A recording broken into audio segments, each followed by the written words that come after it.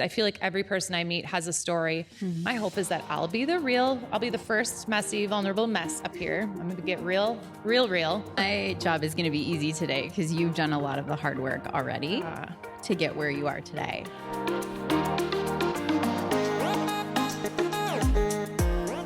Welcome to Self-Center, Be Real, and Heal. I'm your host, Bri.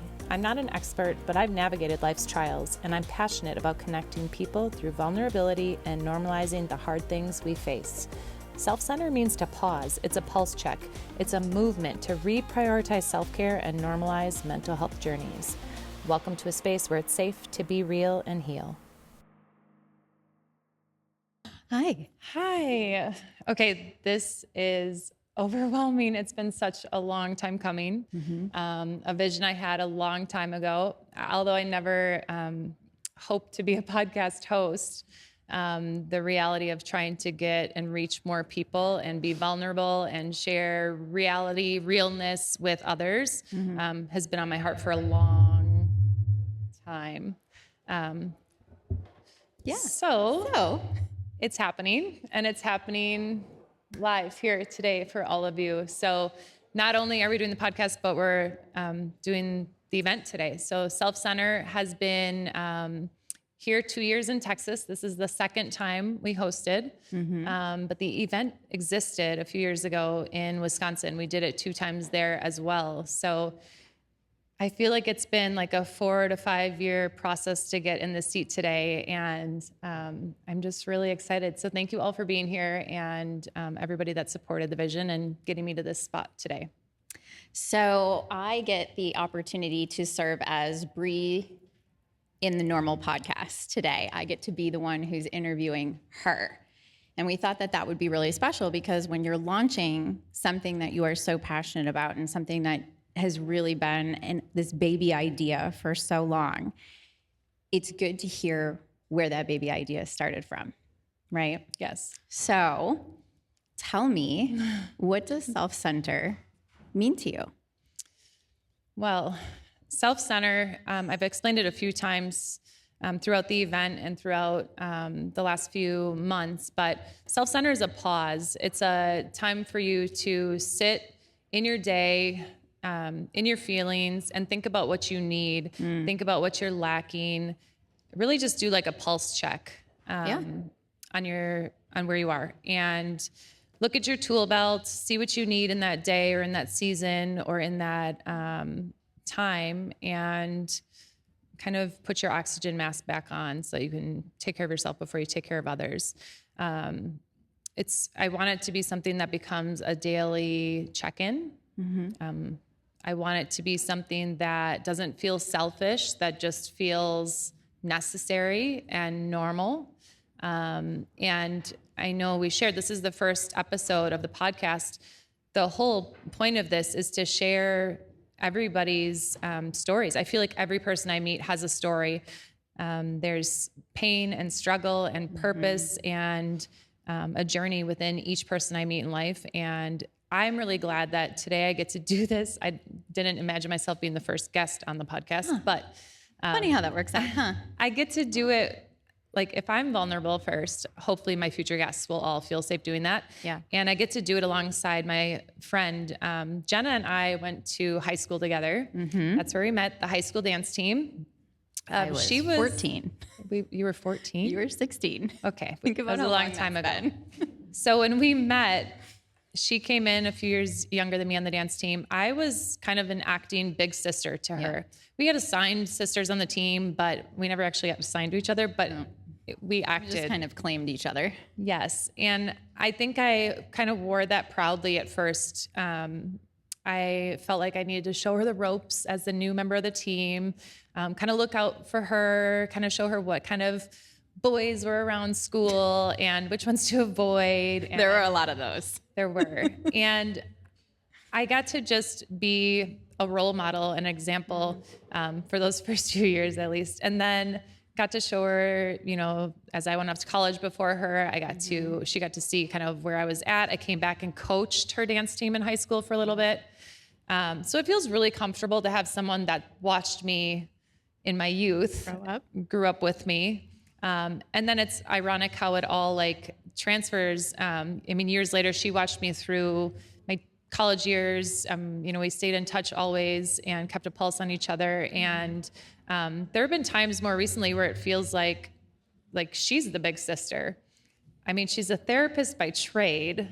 So I think that's some of it. I go to her, I'm like, is this text message okay in this really uncomfortable conversation? Or is this the appropriate way to respond to this, kind of comment? So I check in with her, but I also, she's like an auntie to my kiddos and just like a family. So it feels great to do this first episode. It makes it way less scary when you're just up here talking with a friend. Exactly. And with the whole theme being real and healing, my hope is that I'll be the first messy, vulnerable mess up here. I'm going to get real. And Jenna's going to heal me because she's a therapist and she can do that. So my job is going to be easy today because you've done a lot of the hard work already. To get where you are today. So it's really cool to see her in this season of her life where your little ideas have just blossomed into something beautiful. So let's go back to before this Elevate community, before Self-Center, before all of this happened. Where were you? What sparked this journey in you? So for me, I've talked a little bit about identity changing and things that have shifted in different chapters in my life. And I lived in the dance world. I was in high school dance, danced throughout my college years, started, I think, 4 different dance teams for different organizations in the Wisconsin area and helped coach, choreograph. I danced the day before I found out I was pregnant with my oldest daughter. Dance was thick through my blood, and that was a part of my identity. And one of the girls I coached her in high school dance, and then I coached her as well on the professional dance team. She lost her grandmother to pancreatic cancer, and then she lost her mom 6 months later. And when someone loses their grandmother to a cancer, it's like, okay, well, she probably lived a long life. And for her mom to go so quickly, it was just alarming. And I didn't know anything about pancreatic cancer, but that was the first moment of, okay, all I know is dance. I have this dance team of 22 women. We can do something. We can create something. We could do a fundraiser. We could raise money. Let's find out what we can about pancreatic cancer and how to support it. So that was our first event that we ever started, was a dance competition for pancreatic cancer. Fitting. Yes. It was easy to find judges and easy to find teams to compete because that was the circuit and the group of people that I was surrounded by. So that event actually went on, I think, for 10 years. So this last year was its 10th year. When I moved to Texas, I felt kind of awkward leaving that behind, but a great group in Wisconsin kept it going. That's amazing. That event is still running, raising money. And then it just kind of snowballed from there, where the next event, I had a friend who lost her mom to a brain aneurysm. And her mom had volunteered at our events. I'm like, we have to do something. And it was so tragic. It was Christmas Eve in church. So we started a run walk in her mom's name. And I just said I wanted to do with any of these events. I didn't go to school for event planning. I went to communicate. My degree was communication. I don't know what I thought I was going to do, but this is what I'm doing. And with the events, I was able to just rally behind my community and people that were hurting. But it was always for someone else's purpose or mission or pain because of that big empathetic heart that I have. So we were at a point of 5 annual events. Wow. And 2020, I quit my part-time job to really dive into my nonprofit and plan events and do that as a profession. Funny, right? Was that scary?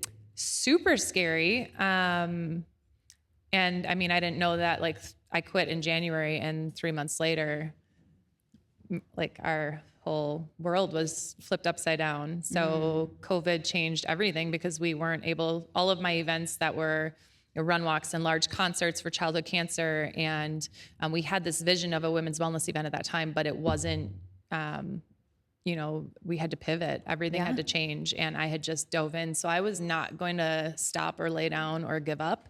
I just was like, how do we get creative? And we did virtual run walks, and we did a dance competition in a huge convention center with spaced out, and the dancers wore masks, and we had them come in shifts by studios so that they weren't around the other dance teams. I pivoted and was resilient through it and battled. But this event was really just like starting to come into play at that time. So it was scheduled for March of 2020. And there's like a big, situation that kind of led to the creation or the feeling that this event needed to take place. So we should probably talk about that then, don't you think? Yeah, let's unpack that. Okay, let's unpack it. So that's postpartum. So I had 2 beautiful babies. And I don't think I really had postpartum with either of my first 2 that I know of. My third, I didn't realize that I had postpartum. Looking back now, I'm like, oh yeah, that's where it started. And my 4th is the one, when I had my 4th baby, and she's incredible. She's 5 years old. She's a bright light. She's spunky. A spicy one. But she's great. And she was a really easy baby, but I just wasn't in an environment that was great for me at that time. So I was in this neighborhood where it was a packed neighborhood of families, tons of little kids in every house, and I was due to have her in July, and I thought, awesome, summer, kids are off, like my kids will be around. We're just gonna like have the best summer. We're gonna walk with the baby every day. And the reality was I had 3 kids and this brand new baby, and I could see all these moms outside with their kids walking by with their strollers, and I was struggling, and I couldn't get myself together to go out and walk. And I didn't want to go socialize as much as I had used to want to. And I had people around me, even some of my closest friends. I remember someone, saying, oh, the baby's crying. Well, maybe she didn't eat enough. Maybe you should feed her. And things that just normally wouldn't have affected me were making me feel like I wasn't equipped, or that I was failing. I remember seeing some women walking past that had, looked like they had their hair done and their makeup done, and the kids looked happy and they looked happy. And I'm like, man, they are thriving, and I am like barely surviving. So it was a rough season, and I had a job that I took a change in jobs at the time to be closer to home, be able to be more accessible for my family. I had to wake up at 4:30 to pump and get out the door to work. And I didn't have a great environment. I was kind of putting the office out if I needed to pump during the day. So it was a lot of other things that were going into that time where I just felt like, man, I am not catching up. I'm not staying afloat. And I was going out for these self-care breaks, like running. I belonged to Orange Theory at the time, and I would go and I'm like, man, this isn't working. Like, why am I not feeling good? I had one really good friend that said to me once, do you think you have a little like postpartum? And I remember being like, excuse me, like what? But I have thanked her so many times since that day. It was she saw you. Yeah. I mean, she straight up said to me, you are showing up to things, you're at these get-togethers in the neighborhood, but you're not there, and you're not laughing like you used to, and the joy is like missing. And that's kind of how I felt like I was going through life. And there were other things at that time that, looking back now, between my 3rd being born and my 4th being born, so many circumstances changed where I had lost that dance identity, that business and company that I had, and it had shifted to being a nonprofit. The dance team contract ended, so I wasn't running that anymore. I still had dancers around me, but I didn't remember at that time. I avoided social situations where I'd be around some of those dancers because I didn't know how to act around them when I wasn't a coach or I wasn't a dancer, like they were still doing or teaching dance. And then my family dynamics were changing. Like my parents had retired and moved to Florida, and my in-laws had or semi-retired and moved to Arizona for half the year. So holidays started to feel different. I wasn't everything was changing. Had a lot all at one time. It really was. And I have an incredible husband who checked in a lot, but I would say to him, I don't think I'm okay. And, I share this always with people because I've had a few people ask me as I've shared my journey, they're like, did your husband help you through it? Was he the one that was able to? And I'm like, no, like his typical response when I love him, but no, he would just say, you're okay. It's just a lot. We have a lot of kids. We have a lot going on. Or like, well, you're working and balancing, like it's a lot. Mm-hmm. But he was there always for me to talk to. Sure. But I think you also get to a point when you're in a state of anxiety or depression, you kind of get to the point where you don't want to bug people and you don't want to bug him again or call your mom again and say you're down. And if you want, we can go to like a really, like my worst day of postpartum. I think we should go there. What did it look like? Where were you? So it was Thanksgiving, and I think neither my parents nor my in-laws were in town, so it felt different. Yeah. We were doing the normal runaround, the responsibility of making sure you get to, we got to my sister-in-law's side for a bit and did a little get together. It's like the double meal, right? You eat the meal with one family, and then the extended family on my mom's side, I went there and my mom and dad weren't even there. So it felt different already. And so it was hard for me. And I brought I had all 4 kids piled in the car, got there. And Ryan my husband knew I was down a little bit. And he's like, why don't we just change it up a little bit and make our own tradition? Like, why don't we start going to a movie and do that as a family at the end of the day? So we did that. And as I was leaving my extended family's get together, I just remember being so tired and being like, hey, we're going to sneak out a little bit early. We've actually decided we had already eaten the meal. We had already played a couple games. We had done the double meal, both families. And I said, we're going to leave and we're going to go to a movie. And I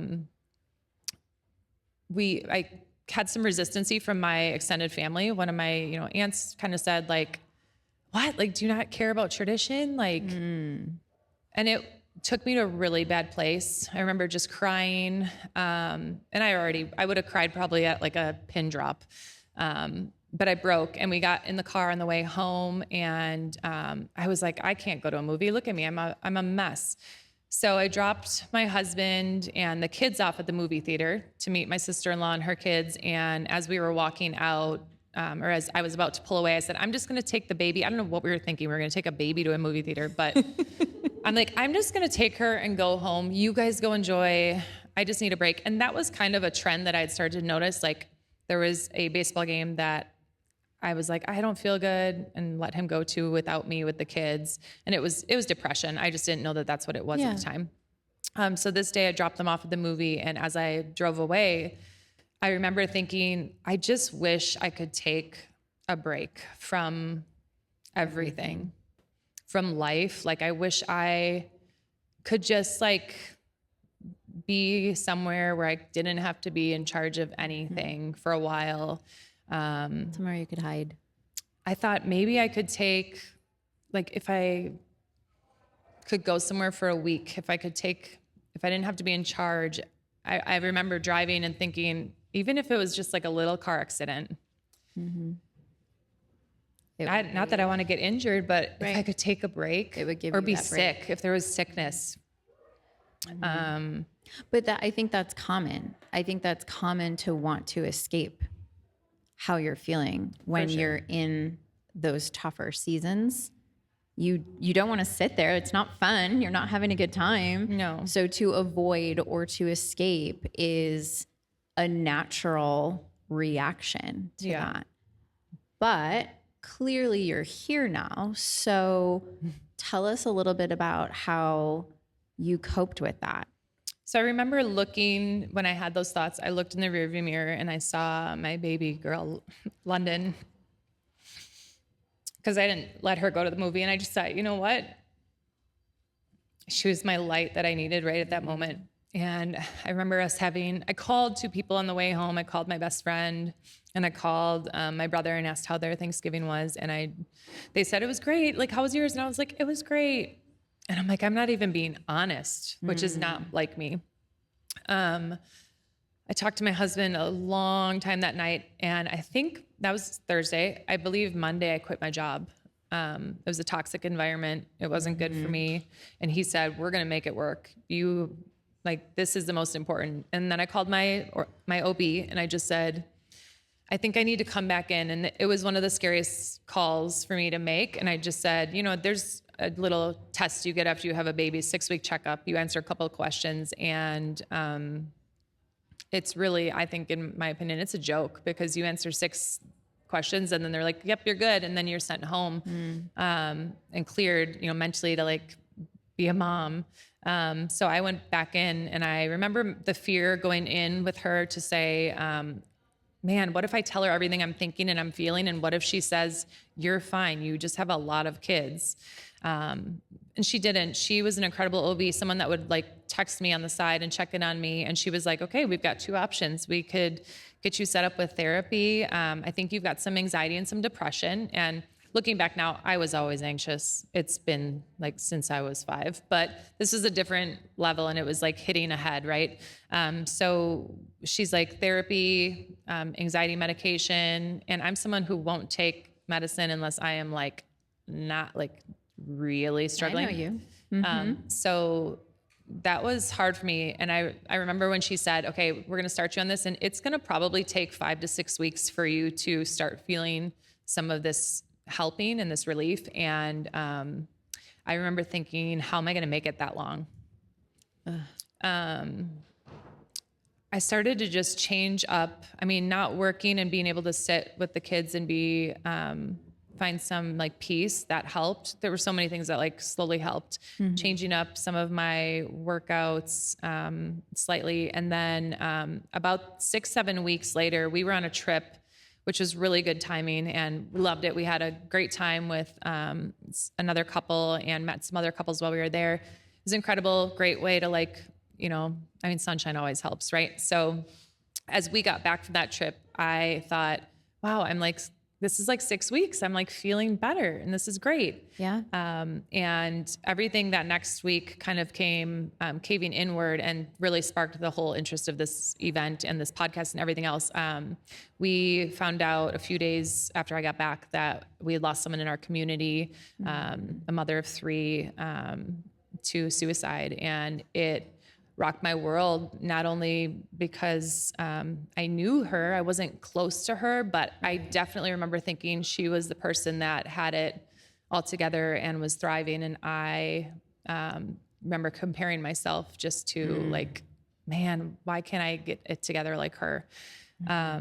But I, again, as someone that plans events, I jumped into action, and I created immediately, I started a Facebook page for our community to check in on each other during that time, and then wanted to impact more because my family and my friends didn't live in that neighborhood. And we created the first wellness event that year. And I just started talking and being vulnerable. And the more I did it, the more I realized so many people thought I had it all together and thought, Interesting. I had so many friends that said, man, I only have 1 baby and you had 4. And I was like, how do I not have it together? I only have 1. She's out there doing great. So where I was comparing myself to others or thought I was a mess, they were doing the same. And the more and more I've talked about it, the more people have felt safe to come to me. And I've had people call me I am on the side of the road. I don't want to live anymore. And I have been the first person to say, I'm there, I'm here. Yeah. You're okay. You're calling me. And people that know me know that I pulse check on them all the time, but they remind me you're constantly pulse checking on yourself. And where I get nervous that I'm falling back into the depression or anxiety, they're like, no, because you're talking, you're not retreating. You're not avoiding. So that inspired the event, and that's why we're here today. Quite the journey. I think we should maybe take a little break. Ooh, I could use a break. Maybe you have a little sippy of that. Oh, okay.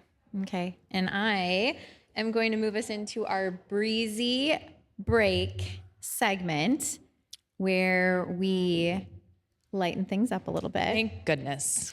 So I want you to answer these questions as quickly as you can.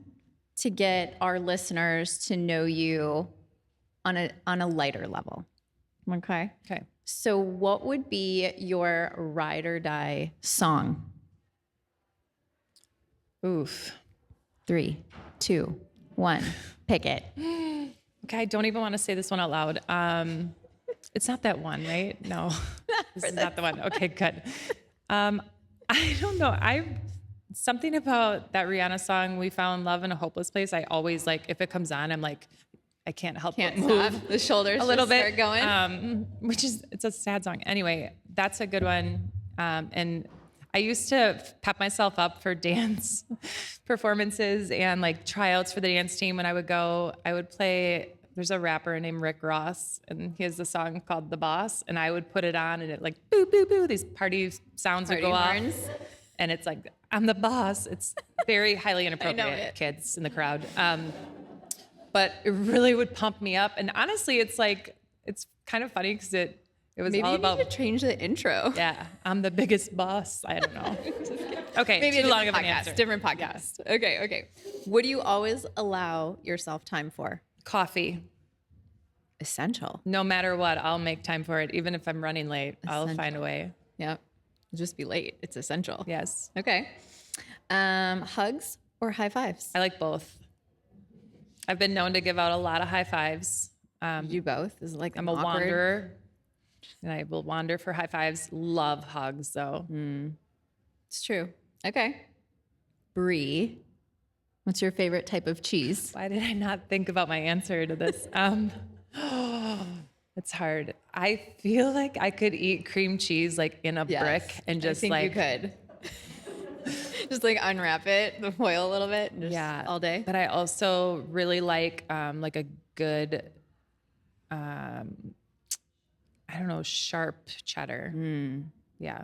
With wine, of course. Well, yes. Obviously. Okay. Finish this sentence. I love you more than. Oh my gosh, I want to say coffee again, but it sounds like a problem. I'll say cheese. I love you more than cheese. So I've been known to tell people like, This is like your signature. yes, like in college one time, I was dating my husband in high school and in college. So one time I was like, I love you more than peanuts. And he was Were like, you sober? totally, Mom.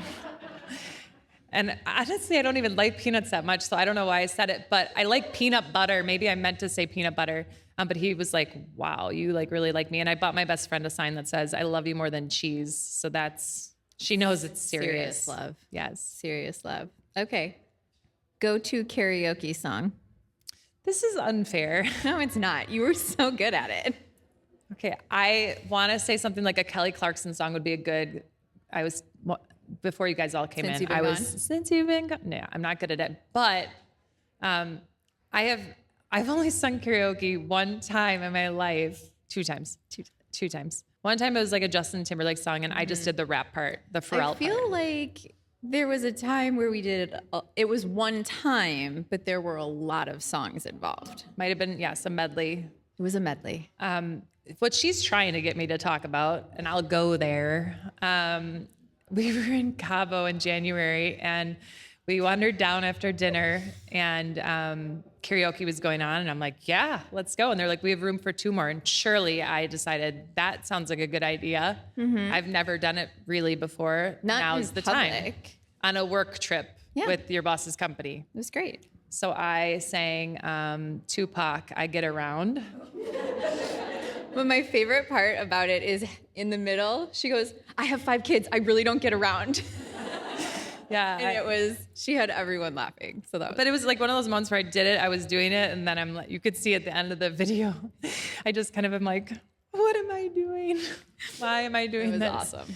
I mean, I rocked it. You did. Thank you. Totally. So, But never again.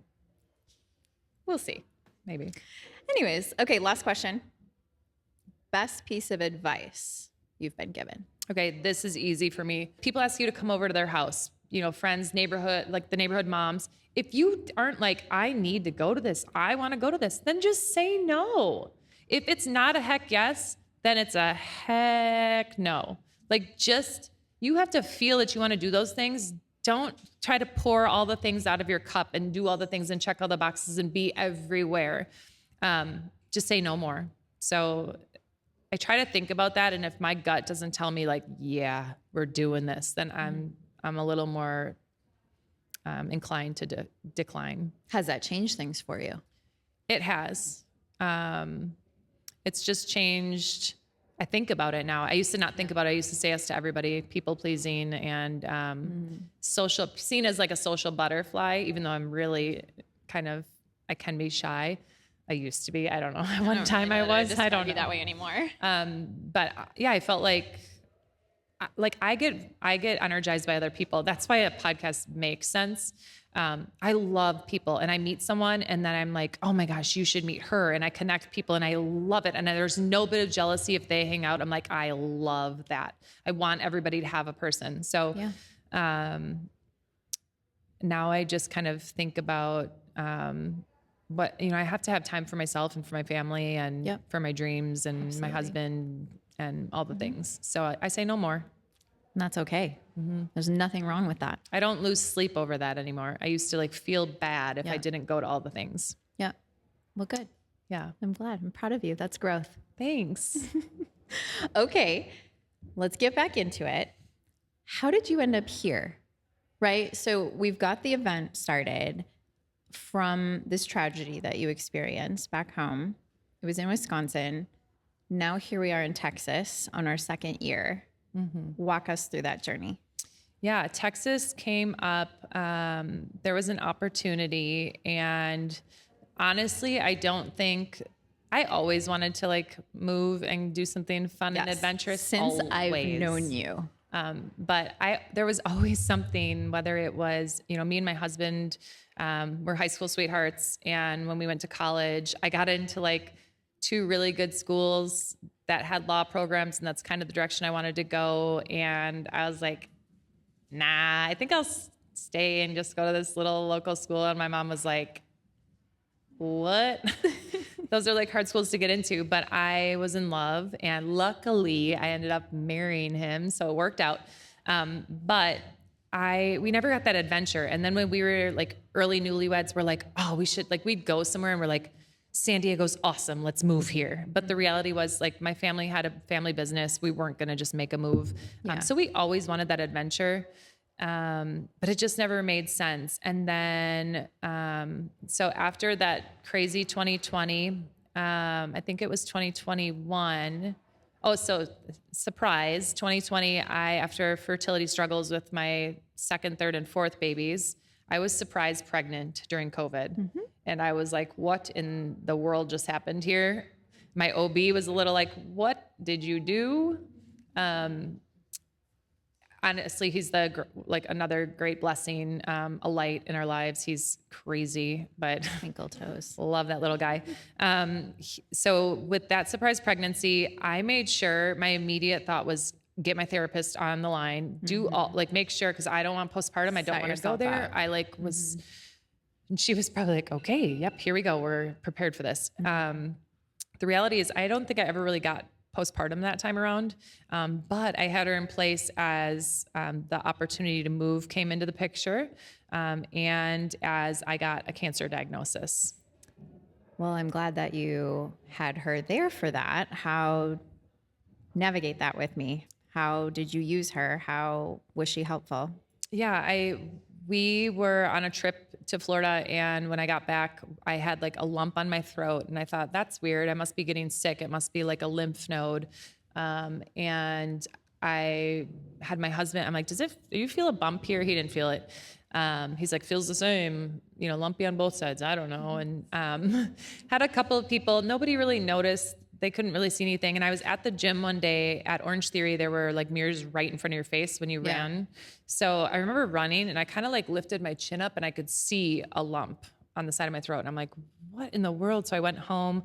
I asked him, I'm like, do you see a lump here? And he's like, I lifted my chin up. He's like, oh yeah. I'm like, you said it wasn't there. Like, what in the world? Went in, the doctor's like, oh, it's a nodule. I thought it was like a swollen lymph node, but they're like, it's a nodule. This happens. 95% of nodules are non-cancerous. Don't worry. Your labs are not, they did all the checks. They're like, your labs are not showing cancer, your health, like all these things. So I was not expecting any kind of news. We didn't have a conversation, my husband and I, we did a biopsy and we didn't have a conversation about the results because I wasn't worried. My grandfather's 91 years old. He has not a lick of cancer. And we had breast cancer on my mom's side, but I was already doing checkups for that. So I wasn't worried. And I had gone back into a very part-time working role. And while I was at a lunch for work, I got an email with a My Chart alert that said registered with the National Cancer Registry. And that's how I found out I had cancer. Then what happened? I drove home and I'm like, there's no way that I'm telling my husband that I have cancer. I can't physically get those words out to him. He will not be okay. And my youngest was 3 months old, I think, 4 months old. It was a whirlwind. Like, I remember calling a friend who was in the medical field and I said, can I screenshot this to you? Because mind you, I had not gotten a call yet from a doctor, but there's something with medical where you get immediate access to your results, something that passed a while ago. And I got the My Chart alert probably an hour before I got the call from my doctor. So I sat with it. I had a friend that had driven with me to the lunch, the work lunch, and she rode home with me, and she'll still talk about that day because I was driving and I was driving fast. That's probably and I was not a good thing. A lot of people have cancer, right? A lot of people have cancer. And she's like, yeah, totally. And we got home and I screenshotted my result page to my friend and I said, I know you legally aren't my doctor and you can't tell me, but I would rather just hear it from someone and I'd rather hear it from you at this point. Can you just tell me? Yeah. And she said, yeah, I do believe that you have thyroid cancer. And I didn't know there were stages. Well, I knew there were stages, but I knew stage 4 was the worst, right? And mine said stage VI, and I'm not great at all things school, but I was like, that sounds like a 6. That's really not good. But it was a classification of the type, I think, of cancer, but that put me on a different level for a minute. So I had her call my husband. I'm like, I can't tell Ryan. She knew us well, and she's like, I'll call him. Sure. She called, she told him, and she said, you need to go home. She's headed there too, and you guys just need to process together. So the reality, the sucky part of all things that trauma and life and turmoil bring is I got home and I'm like, okay, we have an hour and a half until we have to be at the meeting for a dance for nationals. So we have to record a video. So I told him, but I was like, I can't cry right now because we gotta go. So we processed. I remember calling my mom, and I think I FaceTimed her, which awkward thing to tell her via FaceTime, but I was like, yeah. So it came back positive. I have cancer. And once I got the call from the doctor, I called her and it was just so matter of fact. I had my surgery 2 weeks later, and for 2 weeks, I couldn't activate the muscles in my neck or chest. Okay. So I had to stay basically in bed for 2 weeks. Basically everything you do, to sit up in bed activates this area. So I was still breastfeeding. So my mom brought the baby to me every 3 hours so that I could feed, and the kids all climbed up in bed and laid by me. And it was a whirlwind, but I think it created this spark in us of man, life is not promised. And, when the opportunity a few months later, that was March of 21, and we moved in October. Mm-hmm. So I feel like that opportunity came up, and we probably would have overanalyzed and thought about it, and the kids, and we talked about it as a family, and we were like, let's go. No, my in-laws and my parents weren't here anymore, and they would call and tell me about how warm it was wherever they were. And I'm like, I'm in Wisconsin. Why did you have me here? It's cold and miserable and gray for 5 months of the year. So that didn't help. My seasonal depression is real. So we took the adventure and went and came here. And so talk to us a little bit about, I think we're getting close to our time. So talk to us a little bit about how you mended. You're on the mend, you were in it. What kinds of things did that helped you through it? Because it sounds like you got this diagnosis this opportunity to move, and it just kept going. So how did you find time to heal, to process? I mean, thank goodness I had the therapist already during that season. Yeah. You know, like probably 6 months later, I'm like, I didn't even get postpartum. And she's like, no, you just had a cancer and you moved across the country and you did a whole lot of other things. But she definitely helped me navigate. There were a lot of people, a lot of things I had changed up. I was someone with anxiety and depression that fast-paced workouts were my only way. Kicking my butt, making me sweat. So I couldn't think about anything else. That's tough. That worked best for me. Like the idea of yoga or meditation or sitting still, like I used to often say, like the worst place I could ever be was alone in my thoughts. Yeah. So stillness wasn't good for me, but it's actually like the thing I've learned to love the most in the last 2 years is I can actually be in yoga and I'm like working out, but I am able to just, let go and relax and refuel. So changing up my workouts, like I don't run anymore. And some of that comes with age. Ladies, they tell you at like 40, like walk instead of run. I'm like, okay. And that's going to work. Actually, it's worked. So did anything did that surprise you when the workouts that were your go-to, like the thing that you always knew would help you, did that surprise you when other things started helping? Yeah. And now I'm like so open. That's why we do the workout sessions here at the event, because to try different things. Like when I did this dance workout, I was like, man, this makes me feel like my old dance self is in there still. And like now I'm kind of like, it's so fun to try something new. And I'm very open to like, oh, okay, we're going to try meditation. Let's see what that feels like. Ooh, like you do acupuncture. Sure. I'll try that. Like, I think it's just, you got to explore different self-care tools. And that's why we do this event, so that you can experience a lot of them, because you don't know what works for you right now might not work for you in the future. Yeah. And I've had to pivot so many times. I've also learned the biggest thing recently that I've learned is I used to, when I was depressed, I would avoid and be quiet and be still and stay away from people. And now I've learned that I get nervous when I'm quiet and still and not talking to people, that I'm not good again. But really, sometimes that's when my more powerful things are happening. Like recently, I haven't been as connected to people, but I've been really pouring into this event. And it's it's a lot more time for my family and with God and with my husband and where I'm supposed to be right now. Well, thank you for sharing your journey with us, for giving our listeners some background as to why we're all here today. My last question for you is going to be, give us a little glimpse of where the Be Real and Heal podcast is going. What can we expect as you launch this other tiny idea into fruition? Yes, I want this to be a place where people feel safe, getting vulnerable, sharing a little bit of real. You don't have to be an expert. You can be an everyday person just sharing a piece of your journey. Sometimes when you're talking about things and getting vulnerable, you heal a little bit, but the beautiful thing is sometimes you being honest and sharing your truth heals others. It triggers things to allow them to kind of think about their own situation and makes them realize like, man, I feel that too. And she went through that and that's normal. Yeah. That's the biggest thing I want through this whole podcast is to normalize any battle, any thought. Like if you ever are like, that's weird that I'm like that, or I shouldn't have gone through that, or this doesn't seem right, you're not alone. And the more we become vulnerable and share those things, the more we help ourselves and others. Absolutely. So, well, we're excited to see what's coming. Congratulations on your first episode. Thank you. Yay. Thank you all for listening.